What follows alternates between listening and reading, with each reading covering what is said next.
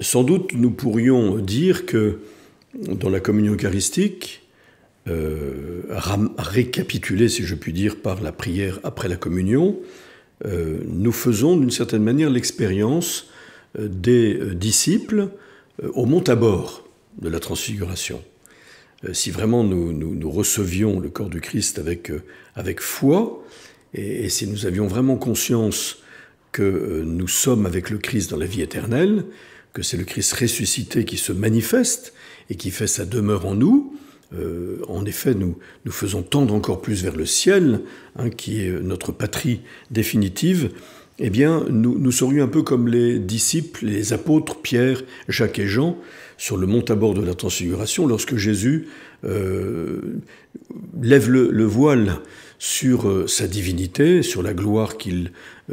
partage avec le Père de toute éternité, qu'il a permis qu'elle soit cachée, voilée, dans le mystère de son incarnation, pour pouvoir ramasser d'une certaine manière tous les péchés du monde entier, afin de les détruire sur la croix, à travers la mort sur la croix, mais pour ressusciter. Et d'une certaine manière, le Christ, dans le mystère de la transfiguration, annonce, à travers cette transfiguration de son corps, de ses vêtements, la résurrection. On le dit pour que les apôtres ne défaillent pas au moment de la passion, où ils seront profondément éprouvés dans leur foi, se sentant abandonnés et doutant même de la divinité de Jésus. Et donc ça veut dire que les apôtres disent, c'est Pierre qui dit au nom des autres, « Ô Seigneur, qu'il est bon d'être ici, dressons 3 tentes, une pour toi, une pour Moïse et une pour Élie, qui en effet sont apparus dans la gloire aux côtés de Jésus. » Et puis voilà que la vision s'arrête. Ils sortent de leur sommeil et ils ne virent plus que Jésus seul avec eux, Jésus dans le mystère de son incarnation, avec son humanité toute simple et toute ordinaire, toute humble. Et puis ils redescendent de la montagne pour monter à Jérusalem et y vivre le mystère de la passion et de la mort sur la croix. Donc cela nous indique en effet que si à chaque messe, nous entrons quand même dans la vie éternelle, et vous comprenez pourquoi, il faut que ces moments soient entourés d'un grand recueillement et d'une grande ferveur, même si elle est exprimée aussi par des chants. Eh bien, si à chaque messe nous sommes déjà au ciel, nous n'oublions pas que nous ne sommes pas encore parvenus à la vie éternelle et que nous sommes toujours ici-bas sur la terre. Et que le Seigneur n'a pas prié le Père de nous enlever du monde, comme il le dira dans sa prière sacerdotale au chapitre 17 de Saint Jean, mais il nous a envoyés dans le monde. Il a seulement prié le Père de nous garder du mauvais, c'est-à-dire de l'esprit du mal. Voyez, donc ça veut dire que désormais, fort de cette communion avec le Christ dans sa gloire, fort de cette anticipation de la vie éternelle qui nous encourage, en particulier dans les combats, les épreuves que nous traversons ici-bas, eh bien, nous sommes invités à nous diriger vers la sortie, si je puis dire, vers la fin de la messe et vers le retour à la vie, d'une certaine manière, ordinaire. Alors le dimanche, c'est encore le jour du Seigneur, où nous avons tout loisir de vivre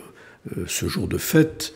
en famille, avec les amis, avec des activités de détente, de repos, sans oublier que nous sommes toujours avec le Seigneur jusqu'à ce que reprenne le travail quotidien le lundi matin. Mais ceci dit, cela nous invite à nous tourner vers ce qui nous attend dans le monde. Et il est évident que nous ne pourrons pas vivre notre vie ordinaire, de travail, de devoir d'État, de vie sociale, de vie familiale, de vie d'amitié, etc. Nous ne pourrons pas la vivre comme si nous n'avions pas grandi dans cette intimité avec le Christ et comme si nous n'avions pas partagé encore un peu plus cette vie éternelle anticipée par l'Eucharistie. Donc je pense qu'il est très important en effet que nous comprenions, comme cela est souvent indiqué dans la prière après la communion, que si la vie éternelle de manière ultime, c'est le royaume des cieux, où il n'y aura plus ni larmes, ni pleurs, ni souffrance, comme dit l'Apocalypse, ou comme dit le prophète Isaïe, déjà par anticipation, mais la vie éternelle commence aussi à travers la manière dont nous allons vivre en chrétien, dont nous allons vivre avec le Christ au milieu de nos frères, dans la manière dont nous allons être déjà dans la vie éternelle à travers notre communion prolongée avec ceux avec qui nous vivons tous les jours. Comment nous allons vivre dans l'amour de Dieu, qui devra toujours être le premier servi, en prenant la résolution à chaque messe du dimanche que chaque jour nous ayons ce temps d'intimité avec lui, dans la prière intime, dans la méditation de sa parole, dans la visite au Saint-Sacrement ou l'adoration eucharistique, dans la prière des psaumes, dans la prière du chapelet, dans ce temps d'oraison, de cœur à cœur avec lui, sans doute, chacun selon son état de vie, chacun selon ses dispositions et son avancement dans le chemin de l'initiation chrétienne, mais comment nous allons aussi aimer notre prochain, comment la messe va être la source de l'amour du prochain. Encore une parole d'enfant, un enfant de 9 ans, qui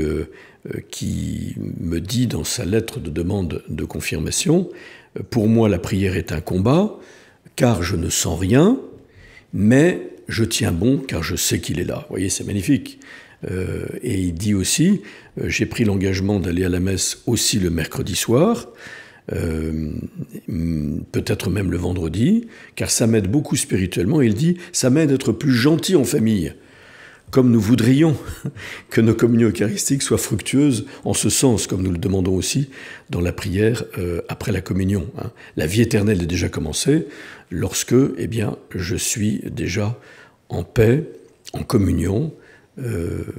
avec mes frères et que je vis ce grand commandement nouveau de la charité que Jésus a précisément donné à ses disciples après qu'ils aient fait leur première communion au jour même de l'institution de l'Eucharistie. Le commandement nouveau que je vous laisse, aimez-vous les uns les autres comme je vous ai aimé.